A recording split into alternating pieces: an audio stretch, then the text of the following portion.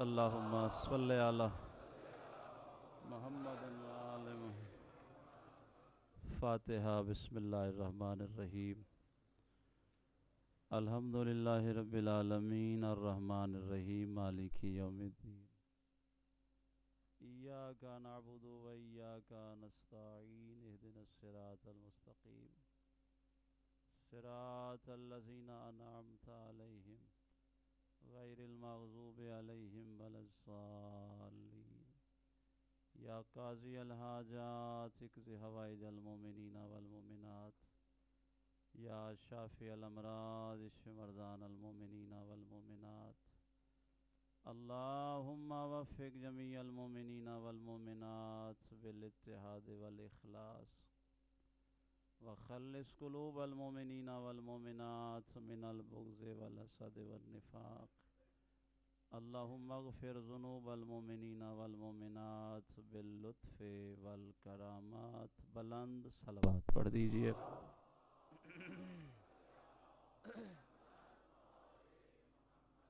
اپنی اپنی قبولیت عبادت دعاؤں کی استجابت تعجیل ظہور امام زمانہ کے لیے بلند صلوات۔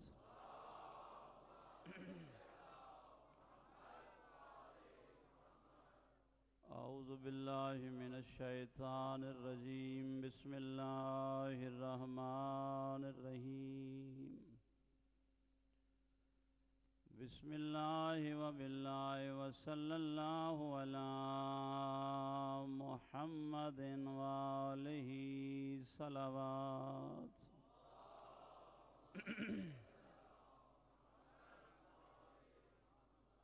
فوقاه اللہ سیئات ما مکروا۔ لا الہ الا انت سبحانک انی کنت من الظالمین۔ حسبنا اللہ ونعم الوکیل، نعم المولا ونعم النصیر۔ الحمدللہ رب العالمین والعاقبۃ للمتقین، ثم الصلاة والسلام علی اشرف الانبیاء والمرسلین ابی القاسم محمد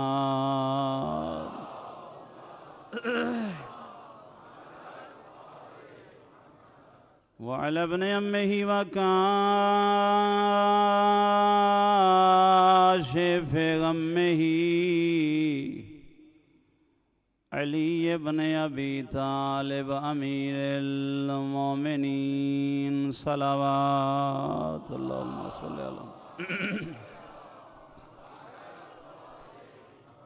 وعلى عترته الطیبین الطاہرین المعصومین الذین ذهب اللہ عنہم الرجس وطاہرہم تطہیرا۔ اللہم صلی اللہ لعنت اللہ علی اعدائہم اجمعین من یوم عداوتہم الی یوم الدین۔ اما بعد بسم اللہ الرحمن الرحیم۔ ان الدین عند اللہ الاسلام۔ صلوات پڑھ دیجئے آل محمد۔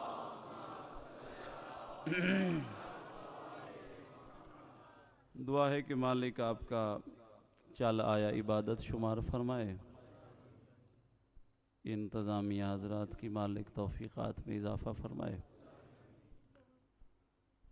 عنوان قرار دیا اسی آیت کو کہ ان الدین عند اللہ الاسلام، یعنی دین اسلام اور ہماری ذمہ داری۔ دین کیا ہے؟ جس کا نام اللہ نے اسلام رکھا ہے۔ تو اسلام کے معنی ہیں سلامتی، امن۔ تو اسلام کا پہلا حکم یہی ہے کہ آپ امن قائم رکھیں۔ کبھی بھی ہماری ذات سے کسی کو تکلیف نہ ہو، اور ہمیشہ یاد رکھیے کامیاب وہی قوم ہوتی ہے جو قانون کی پابندی کرتی ہے۔ جو قانون کی خلاف ورزی شروع کر دے وہ ناکام ہو جاتے ہیں۔ یہ جن ایام میں آپ اکٹھے ہوئے اور سبب ہے، آل محمد نے ہمیں قانون ہی سکھایا ہے۔ کیوں ہم نعرہ لگاتے ہیں کہ کربلا جو ہے ہماری درسگاہ ہے؟ میں سمجھتا ہوں کہ اگر ہر مسلمان کربلا کو اپنی درسگاہ تسلیم کر لے تو بھٹکے گا نہیں، کبھی بھی نہیں بھٹک سکتا، گمراہ نہیں ہو سکتا۔ کہ اگر کربلا کو اپنی درسگاہ سمجھ لے۔ کربلا ایک ایسی چیز ہے، ایسا ڈسپلین بتایا کہ بچے سے لے کر بوڑھے تک کو زندہ رہنے کا طریقہ بھی بتایا، مرنے کا طریقہ بھی بتایا۔ زندہ کیسے رہو گے، مرو گے کیسے؟ تمہاری بقا ہی اسی میں ہے کہ جو قانون ہو اس پہ عمل کیا جائے۔ یہی وجہ ہے کہ میں نے عنوان بھی اسی چیز کو بڑھاتے ہوئے تاکہ نوجوانوں تک اور بچوں تک پیغام پہنچ جائے۔ اسلام دو چیزوں کا نام ہے، قانون بتایا ہے اسلام نے۔ جس قانون کو اللہ نے بنایا ہے اس کو کہا جاتا ہے شریعت۔ دین اسلام ہے، شریعت الہی یعنی قانون الہی، جو خدا کے بنائے ہوئے قانون ہیں۔ نماز پڑھتے ہو، طریقہ بتایا کہ میں کتنی دیر کا قیام قبول کرتا ہوں۔ توجہ فرمائیے گا، کتنی دیر کا قیام قبول کرتا ہوں۔ آپ پڑھ لیجئے اس قیام میں سورہ فاتحہ کے علاوہ کوئی اور سورہ؟ مالک فرماتا ہے ایسے قیام کو میں عبادت شمار کرتا ہی نہیں ہوں۔ اگر دیکھا جائے، اگر اسی جگہ پہ دوسری سورہ پڑھیں، کیا وہ آپ کا کلام ہے؟ وہ بھی کلام اللہ ہے۔ جہاں سورہ فاتحہ کلام اللہ ہے وہاں سورہ بقرہ بھی کلام اللہ ہے۔ جبکہ آپ پڑھ بڑی سورہ رہے ہو تو مالک بتانا کیا چاہتا ہے؟ کہا میں سبق دینا چاہتا ہوں، میں کثرت نہیں، میں یہ دیکھنا چاہتا ہوں تھوڑا ہو خالص ہو۔ حالانکہ زیادہ پڑھ رہا ہے، سورہ بقرہ بڑی سورہ کی تلاوت کر رہا ہے، مالک تو خوش ہوتا۔ بھئی آپ کہیں ڈیوٹی کرتے ہیں، اچانک آپ کو کہا جائے تنخواہ آپ کی بڑھ گئی ہے، کتنے خوش ہوں گے؟ زیادہ مل رہی ہے نا۔ لیکن اگر کہا جائے تھوڑی ہے، پریشانی کا سبب، یعنی زیادہ خوشی کا سبب تھوڑا تکلیف دہ ہوتی ہے، پریشانی ہو جاتی ہے۔ میں کہوں گا، التجا کروں گا، مالک ہم تو زیادہ پڑھ رہے ہیں، تیرا حکم تھا سورہ فاتحہ پڑھو، ہم نے سورہ بقرہ کی تلاوت کی سورہ فاتحہ کی جگہ۔ مالک جب ہم نے بڑی سورہ پڑھی وہ بھی تو کلام اللہ تھا، ہم نے تو نہیں لکھا۔ آواز توحید آئے گی، عبادت اسے کہتے ہیں جو میرا حکم تسلیم کرے، جو حکم خدا کو مان لے وہ عبادت کہلاتی ہے۔ عبادت یہ نہیں کہ آپ اپنی مرضی شامل کر دیں۔ جہاں انسان کی مرضی شامل ہو جائے وہاں قانون خدا ٹوٹ جاتا ہے۔ جو اس کے قانون کی خلاف ورزی کر دے اسے پھر سزا دیتا ہے۔ ہاں تھوڑا سا انتظار کرتا ہے کہ ہو سکتا ہے کہ اپنی غلطی کا اسے احساس ہو جائے، پھر اس نے ایک دروازہ کھولا ہوا ہے جس کا توبہ نام ہے، کہ ہو سکتا ہے ابھی آ جائے۔ کل بھی میں نے اشارہ دیا تھا اس طرف کہ ہو سکتا ہے اب اسے ہوش آ جائے اور کہہ دے کہ مالک مجھ سے خطا ہو گئی ہے، غلطی ہو گئی ہے۔ اگر غلطی کا احساس کر کے اس سے معافی مانگ لے تو پھر وہ کہتا ہے گویا تو نے کیا ہی نہیں ہے. لیکن شرط یہ ہے کہ احساس ہو. رسمی طور پہ جا کر آپ ساری رات بھی چلاتے رہو کہ مالک معافی دے، وہ تو دلوں کے راز جانتا ہے. بہت آسان سا اشارہ.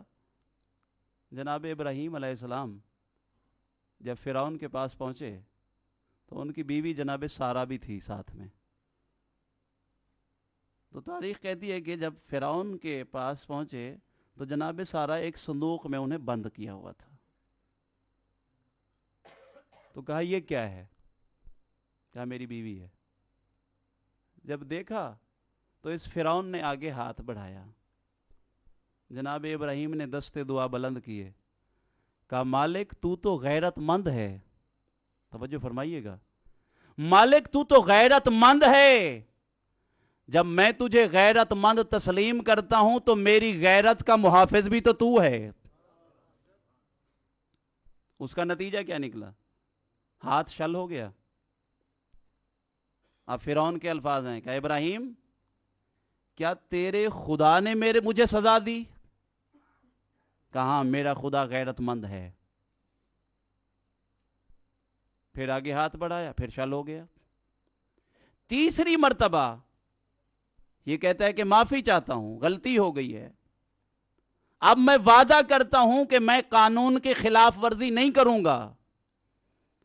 اب ابراہیم علیہ السلام نے الفاظ کو چینج کیا کہ مالک اگر یہ سچ کہہ رہا ہے تو اس کا ہاتھ صحیح ہو جائے.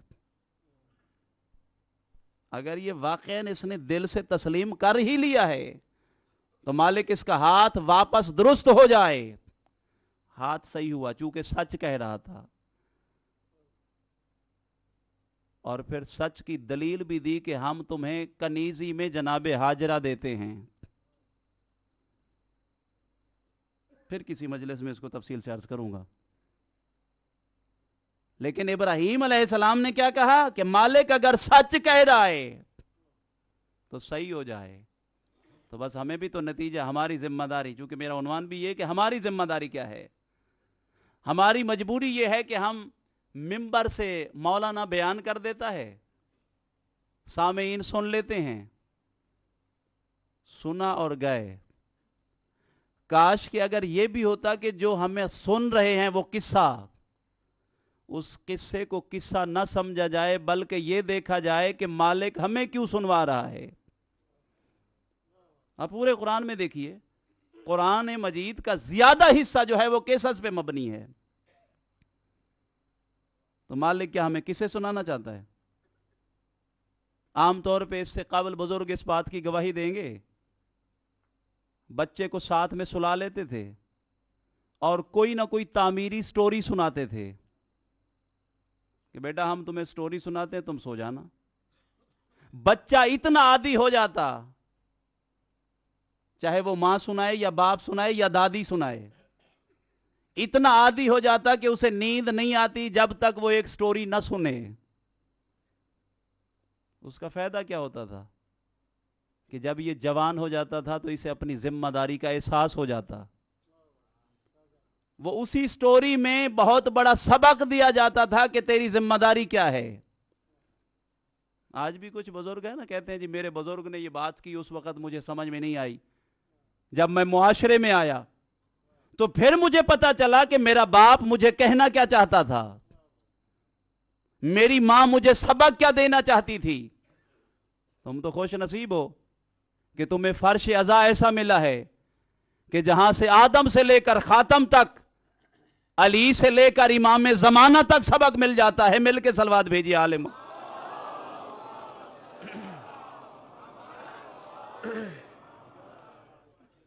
تو آج اگر باپ سے پوچھا جائے، ماں سے پوچھا جائے تو کہتے ٹائم ہی نہیں ہے ہمارے پاس، وقت ہی نہیں ہے، جس کی وجہ سے جوان گمراہ ہو گیا ہے. بچے بے دینی کی طرف زیادہ جا رہے ہیں. کیونکہ میں تو اپنے پاکستان کے حالات جانتا ہوں کافی حد تک. نوجوان نسل بگڑ گئی ہے. ریزن کیا ہے؟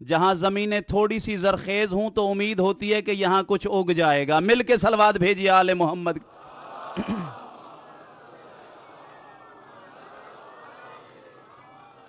تو اگر یہ سوچ لیا جائے کہ بچہ چھوٹا ہے, اسے کچھ سکھا دیا جائے.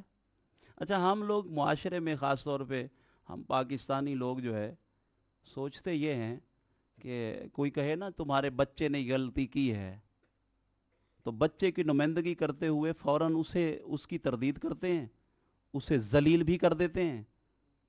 بچے کی ہمت بڑھ جاتی ہے, اور پلٹ کے ہم جملہ یہ کہتے ہیں ابھی چھوٹا ہے, بڑا ہو جائے گا تو سدھر جائے گا. یہی جملہ کہتے ہیں نا.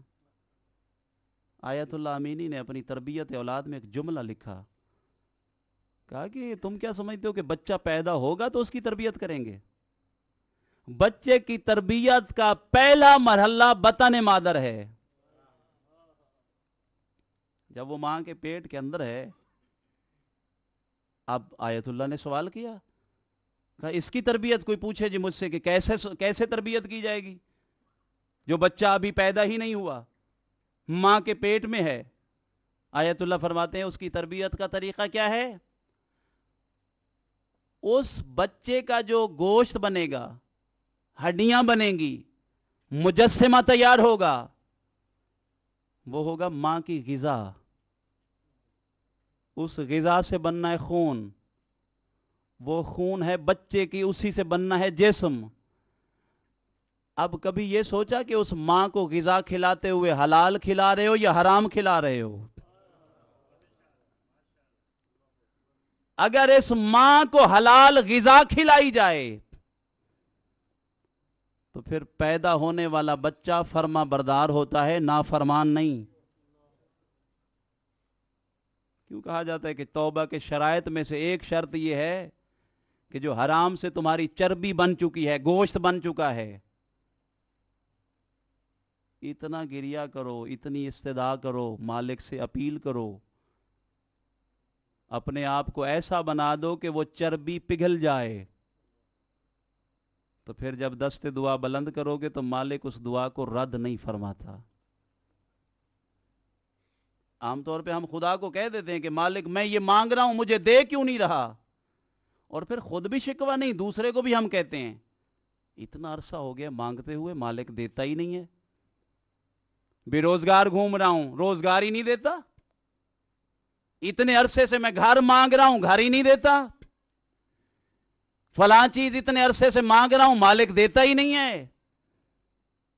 بھائی مانا کہ اگر ایک لمحے کے لیے میں اپنے گریباں میں جھانک کر دیکھوں کہیں میں کوئی نافرمان تو نہیں ہوں.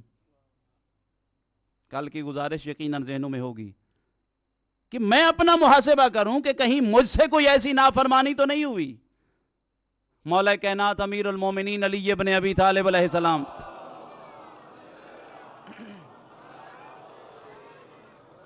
درود میں کچھ لوگ شرما رہے ہیں, انہیں ساتھ ملا کے بلند آواز سے درود پڑھیے آل محمد کی ذات. اللہم صلی علی. یہ آپ کا درود ہی مجھے بتائے گا کہ میری بات آپ کے ذہنوں میں بیٹھ رہی ہے. بلند آواز سے درود پڑھیے آل محمد کی ذات پہ. اللہم صلی علی محمد و آلہ. مولا فرماتے ہیں دعائے کمیل پڑھتے ہو, تقریباً مومنین شب جمعہ تلاوت کرتے ہیں, اور کچھ کی تو عادت ہے ہر روز تلاوت کرتے ہیں. تو مولا فرما رہے ہیں اللہم اغفر لی الذنوب التی تنزل البلا. مالک میرے ان گناہوں کو معاف فرما جن کے سبب سے بلائیں نازل ہوتی ہیں. تو جہاں رزق تھوڑا ہو جائے نا, جہاں دعا قبول نہ ہو رہی ہو, تو اپنا محاسبہ کیجئے گا کوئی ایسا گناہ تو سرزد نہیں ہو گیا کہ جو درمیان میں رکاوٹ بنا ہوا ہو, جس کے سبب سے مالک ہماری دعا سن ہی نہ رہا ہو. اچھا اگر اطاعت گزار ہوں, کچھ ایسے بھی تو ہیں, سارے تو گندے نہیں ہوتے, فرما بردار ہے, اطاعت گزار ہے, کوئی گناہ نہیں ہے, کوئی غلطی نہیں, اب مانگ رہا ہے, اب نہیں دے رہا وہ, اب کیا سبب ہے؟ چوتھے امام زین العابدین علیہ السلام فرماتے ہیں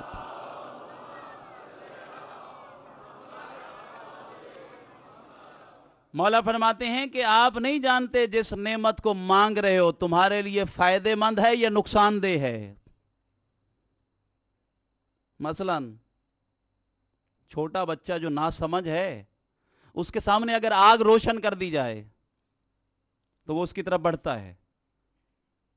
سمجھدار آدمی اسے پکڑتا ہے, وہ پھر زور لگا کے اسی طرف پھینکتا ہے. سبب کیا ہے؟ اسے پتہ نہیں ہے کہ آگ جلاتی ہے. سمجھدار آدمی اسے کیوں روک رہا ہے؟ اسے پتا ہے کہ آگ جلاتی ہے. اسے پتا نہیں ہے کہ آگ جلاتی ہے, وہ آگے بڑھتا ہے. تو معصوم فرماتے اسی طرح جب تم مانگتے ہو تو یوں مانگا کیجئے کہ مالک مجھے وہ دے جو میرے لیے بہتر ہو. تو ایک باپ کبھی چاہتا ہے کہ اس کی اولاد کو تکلیف ہو؟ قطعاً نہیں چاہتا. ہمیشہ اولاد کی سہولت کے لیے صاحبان اولاد بیٹھے ہو, اپنی تکلیف برداشت کرتا ہے مگر اولاد کو سہولت دیتا ہے. جو مجھے نعمت نہیں ملی میں اپنی اولاد کو نعمت دوں. تو جہاں آپ کو اپنی اولاد سے محبت ہے اس کریم اللہ کو آپ سے محبت نہیں. وہ تو ایک ماں نہیں 70 ماں سے بڑھ کے محبت کرنے والا. اللہ اکبر. اللہ یا اللہم صلی علی محمد. توجہ ہے نا اب آپ؟ 70 ماہ سے بڑھ کے محبت کرنے والا وہ تو تمہیں اتنی نعمتیں دے دے. وہ چاہتا ہے میں نعمتیں زیادہ دوں لیکن دیتا ظرف دیکھ کے ہے کہ ظرف کیسا ہے, آیا برداشت ہے یا نہیں. بھی آپ دیکھیے کہ علم کتنی نعمت ہے, بہت بڑی نعمت ہے نا. علم بھی سب کو برابر تو نہیں دیتا, کسی کو تھوڑا دیتا ہے کسی کو زیادہ دیتا ہے. مالک کیا تیرے خزانے میں کمی آتی ہے؟ کہا نہیں, زیادہ دوں گا یہ گمراہ ہو جائے گا. اس کی جتنی برداشت ہے اتنا ہی دیتا ہوں. اسی طرح جتنی نعمتیں آپ دیکھتے جاؤ, رزق, بہت سارے لوگ ہیں جن کے پاس رزق اچانک اگر زیادہ آ جائے تو گمراہ ہو جاتے ہیں. بہت سارے لوگ آپ نے بھی دیکھے ہوں گے, کئی لوگ میں بھی جانتا ہوں جو ریگولر نماز پڑھنے آیا کرتے تھے, التجا کیا کرتے تھے, دعائیں منگوایا کرتے تھے, نوکری نہیں ہے مل جائے, ڈیلی ویجز پہ ہیں پرمیننٹ ہو جائیں, اور جیسے ہی ملازمت ملی مسجد کا راستہ ہی بھول گیا. تو پتہ چلا کہ وہ رزق تو ہماری نافرمانی کا سبب ہو گیا. با ایمانہ کہ ہم اس کی بارگاہ میں آ کر شکر ادا کرتے, مالک یہیں سے مانگا تھا یہیں تیرا شکر ادا کر رہے ہیں. یہ جو مجلس عزا ہے یہ بھی ایک شکر کرنے کا طریقہ ہے. پتہ نہیں کتنے دور دور سے آپ آئے ہوں گے, اور کئی لوگ بیچارے سارا دن نوکری کر کے ذہن میں ہوتا ہے جلدی بھاگیں مجلس عزا میں. یہ بھی حسین کا شکر ادا کر رہے ہو, اللہ کا شکر ادا کر رہے ہو کہ جس نے حسین جیسا کریم امام تمہیں عطا فرمایا ہے. اس نعمت کا بھی اگر شکر ادا کیا جائے کم ہے. کیا دوسرے انسان آپ جیسے نہیں جن کے دلوں میں محبت حسین نہیں بغض حسین ہے؟ وہ بھی تو انسان تو ہیں. میں سمجھتا ہوں کہ ساری نعمتیں ایک طرف رکھ دی جائیں اور صرف اگر اسی نعمت کو لیا جائے کہ تمہارے دلوں میں محبت حسین ہے, اس نعمت کا زندگی بھر شکر ادا نہیں کر سکتے.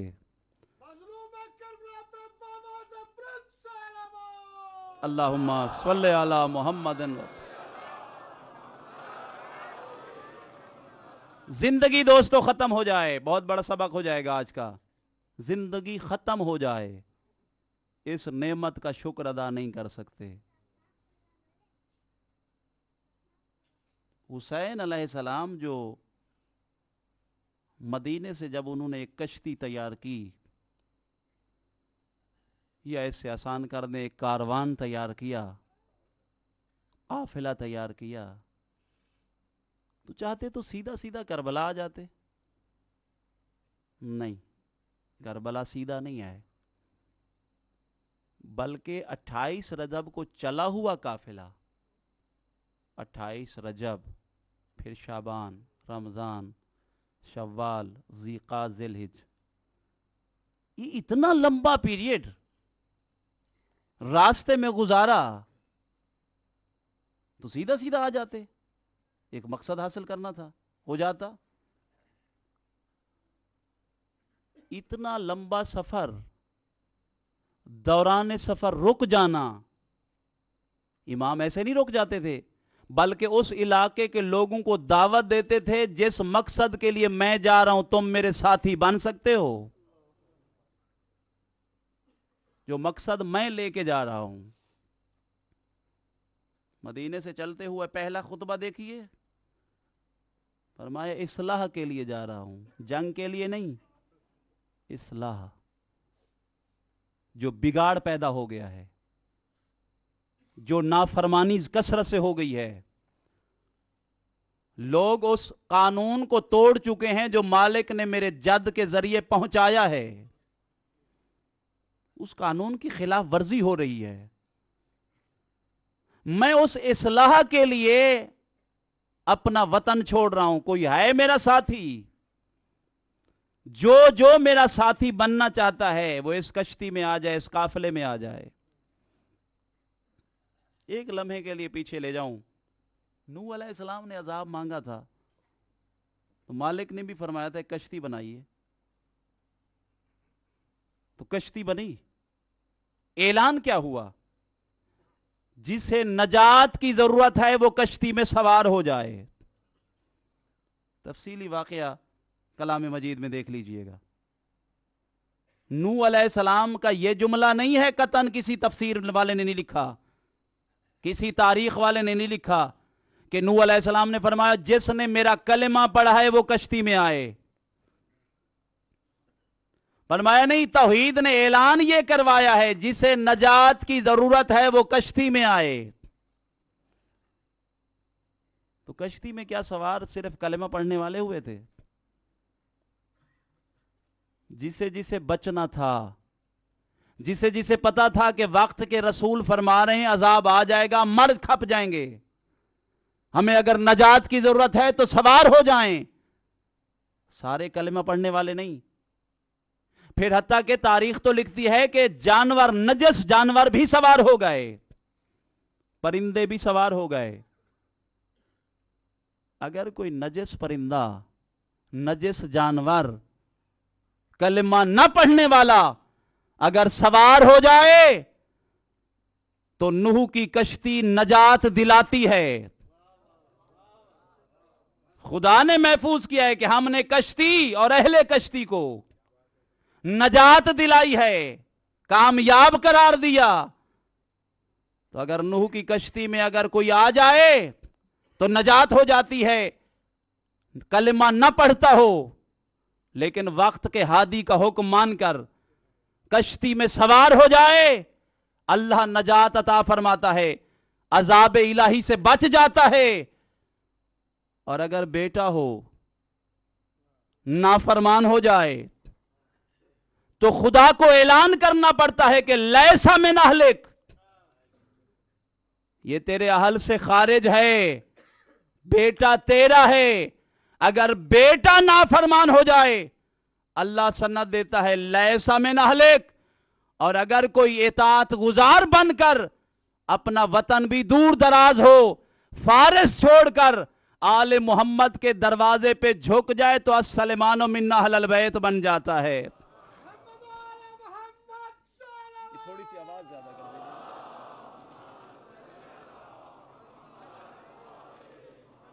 توجہ ہے نا؟ اب آپ بلند آواز سے درود پڑھ دیجیے، اللہم صلی علی.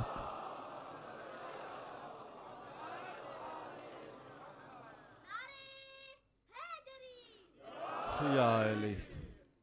تو کشتی نوح نے بنائی تھی اور یہاں حسین نے بنائی. کا جو نجات چاہتا ہے. آپ کربلا کے شہداء دیکھیے, وہاں عیسائی بھی آیا ہے, مختلف لوگ آئے ہیں, اور کئی ایسے لوگ جو راستے میں چلے تھوڑا فاصلہ اور پھر چھوڑ کے چلے گئے. کیوں؟ مولا حسین نے یہ پیغام دیا کہ دیکھو یہاں مال غنیمت نہیں ملے گا, یہ جاؤ میرے ساتھ جائے گا وہ تو شہید ہو جائے گا. اب جسے دنیا چاہیے تھی وہ چھوڑ گیا, لیکن جسے نہیں چاہیے تھی, جسے حسین کا قرب چاہیے تھا, اس نے آخر تک ساتھ نہیں چھوڑا. سادات و مومنین, وطن چھوڑنا کوئی آسان بات نہیں, بہت بڑا مشکل کام ہے وطن چھوڑنا.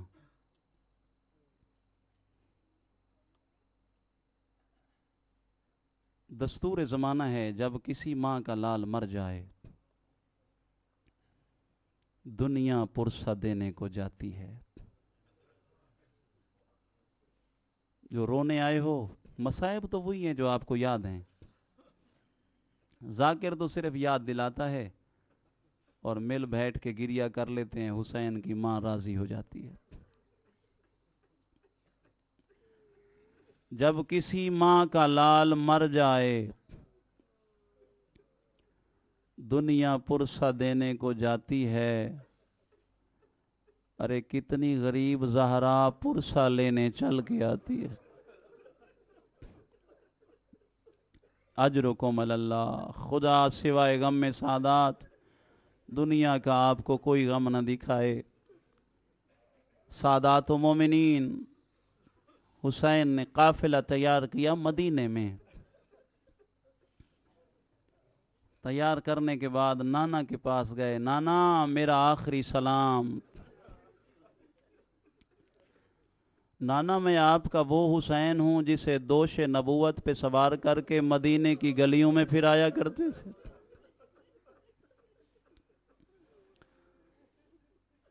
نانا میں وہ حسین ہوں, اگر میں آ جاتا سجدے کو طول دے دیا کرتے تھے. نانا آج مجھے مدینے میں نہیں رہنے دے رہے, نانا مدینے سے جا رہا ہوں. رو کے فرماتے ہیں نانا ساتھ بلانے نہیں آیا, بس اتنی گزارش کرتا ہوں میں مدینہ چھوڑوں میرے ساتھ نہ آنا. جملہ سمجھ میں آ گیا, بستر تک روتے رہو گے. کہا نانا 8 ذی الحجہ کو میرے احرام ٹوٹ جائیں بے شک نہ آنا. نانا میں 2 محرم کو کربلا میں پہنچ جاؤں بے شک نہ آنا. نانا میں اکبر کے سینے سے برچھی نکالوں. اجرکم علی اللہ, سوائے غم میں سعادات دنیا کے کسی غم میں نہ رونے پاؤ. نانا میں اکبر کا لاشا اٹھاؤں بے شک نہ آنا. جوان اولاد والو دعا مانگا کیجئے کسی بوڑھے باپ کو جوان کا لاشا نہ اٹھانا پڑے. نانا میں عباس کے بازو اٹھاؤں.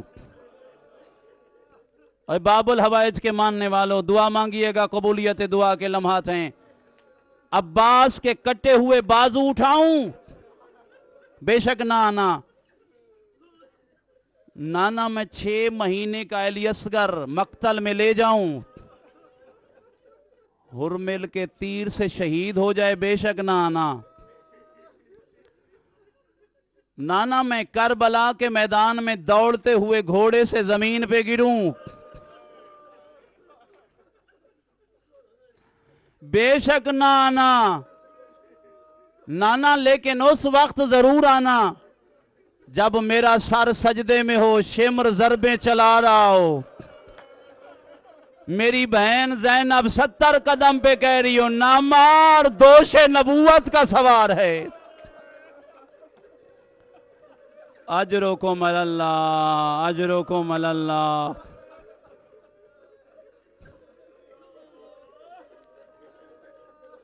نانا جب میرا سر سجدے میں ہو, شمر ضربیں چلا رہا ہو,